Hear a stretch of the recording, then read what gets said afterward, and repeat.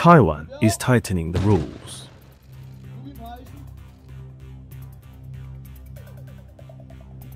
Members of the ruling party must now report before visiting China, including Hong Kong and Macau. President Lai Ching-te says anyone betraying party values for personal gain will face tough punishment. He's also ordered better training and stricter checks on party aides. Chinese intelligence is shifting its focus from generals and top officials to political assistants. According to Taiwan's premier, new background checks for civil servants are coming soon. It's all part of the growing push to protect national security. Taiwan has accused Beijing of spying following a string of recent arrests involving the passing of sensitive political information. China, for its part, says the claims are groundless. A new update on Google Maps is drawing attention to a long-running sea dispute in Asia. The map now clearly shows the label West Philippine Sea over waters west of the Philippines.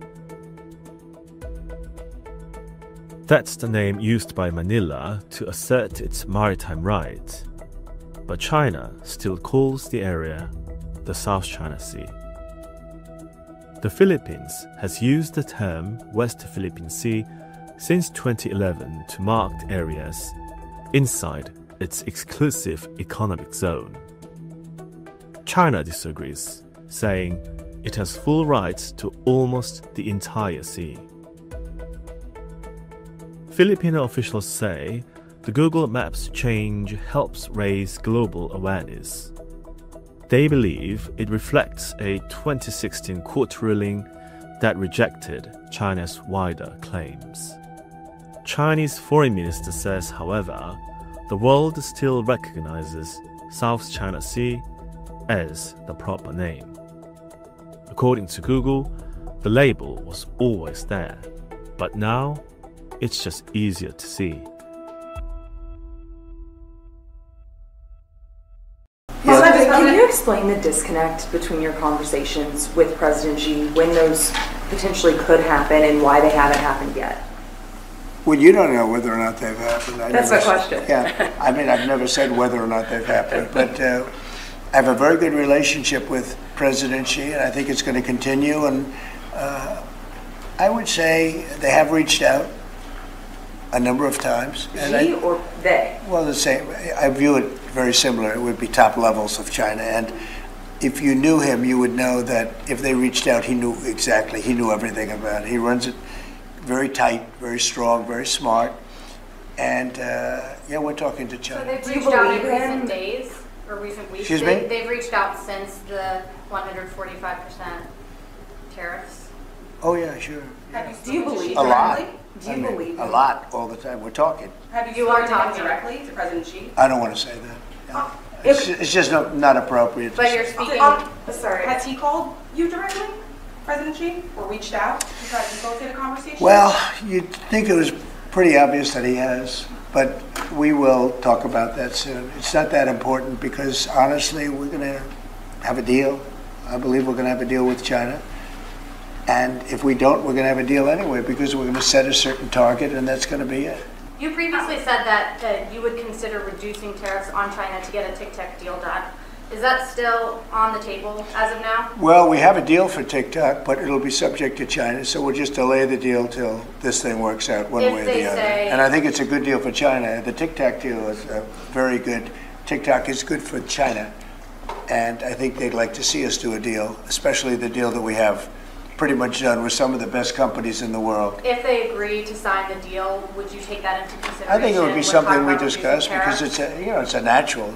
If we're making a deal, I guess we'll spend 5 minutes and talk about TikTok. It wouldn't take very long. Can you give us a sense of how far along these negotiations are with China? Are they in the early stages, or are you inching closer now to actually making a deal on tariffs? I think that we will make a deal with China. I think we've had some very good talks, but we will have some very good talks remaining. And, I view it, and some people say, oh, rush.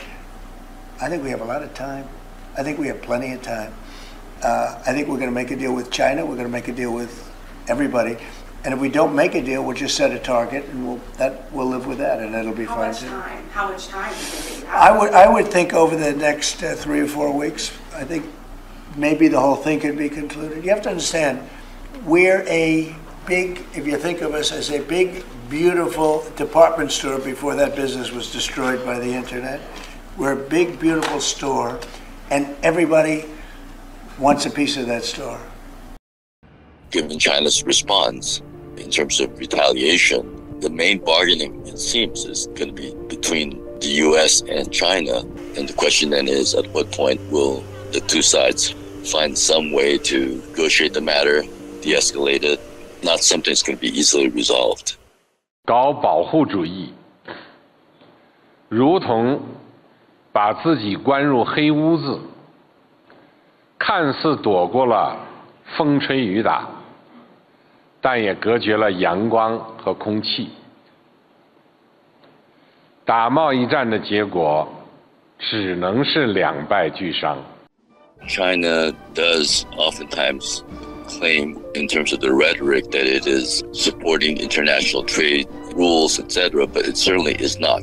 So his visit now to Southeast Asia is trying to solidify the relationship mainly through very practical economic incentives to increase their trade ties with China and maybe even their political ties with China. Whether he'll succeed or not is not very clear. I was in Beijing from 2001 to 2005, just as China entered WTO at the end of 2001. So one of our main jobs was essentially to work with China to try to get them to understand WTO rules and work with them on tie-ins. But obviously, it's quite clear now that over the years, even from 2005 on to the present, China continues to carry out many what we would consider to be unfair trade practices, including, for example, what they call government procurement agreement, which is that foreign companies would be able to sell to Chinese government agencies services or equipment and whatnot. They promised in 2001 when they entered, adopt that right away or as soon as possible. So one example is that until now they have not yet accepted it. One main issue that was raised by the Section 301 report is the so-called joint venture requirement. Whenever American companies wanted to sell to China, to export to China, a lot of them, services, banking, insurance, companies in general, they have to find a Chinese partner. Of course, meant that the Chinese company would be able to get a lot of the intellectual property. In China, it's very much a state-controlled market economy, which essentially means that the Chinese government can do anything they want. For example, the biggest issue now is they would subsidize steel manufacturing, they would subsidize EV, therefore dumping these products, exporting it en masse at fairly cheap cost to the world. The WTO has received about over 600 dispute settlement cases, really overburdening this organization. By the time you finish it, there's no enforcement capability, and countries who lose case could, in many ways, just ignore it. Now we're getting to the stage where, for better or for worse, Trump is also beginning to ignore the international trade system, and simply say, we're going to take action. Even under Biden, we would take now like export controls in terms of prohibiting certain export of technologies to China. Currently, at least, Trump is doing in a very emphatic way, maybe going overboard. What China is now doing, all I can do is observe it, is trying to impose some cost on the U.S. So, for example, it's doing it on agriculture. I would say they're also not looking only at the soybean farmers and all that, they're looking at American companies. By doing that and squeezing it and so on, emphasizing that, obviously Apple and others will, I'm sure, lobby the Trump administration. In one case, for example, Boeing. Whenever there was a big problem, they would go to Boeing and said, okay, we're now not buying airplanes from you anymore. We're going to buy it from Airbus, from Europe. And so Boeing would come in to see us at the embassy and other places and say, hey, this is going to have a major impact on us, what you're doing here. All I know is that there is this actual bargaining going on, not negotiation, but just by action. They're clearly sending signals that all of this will harm U.S. interests. And so the question is, what does he do? And what does Trump do and how do they respond? Strengthen their own position, or do they try to make some concession? At some point, maybe it will move towards some negotiation.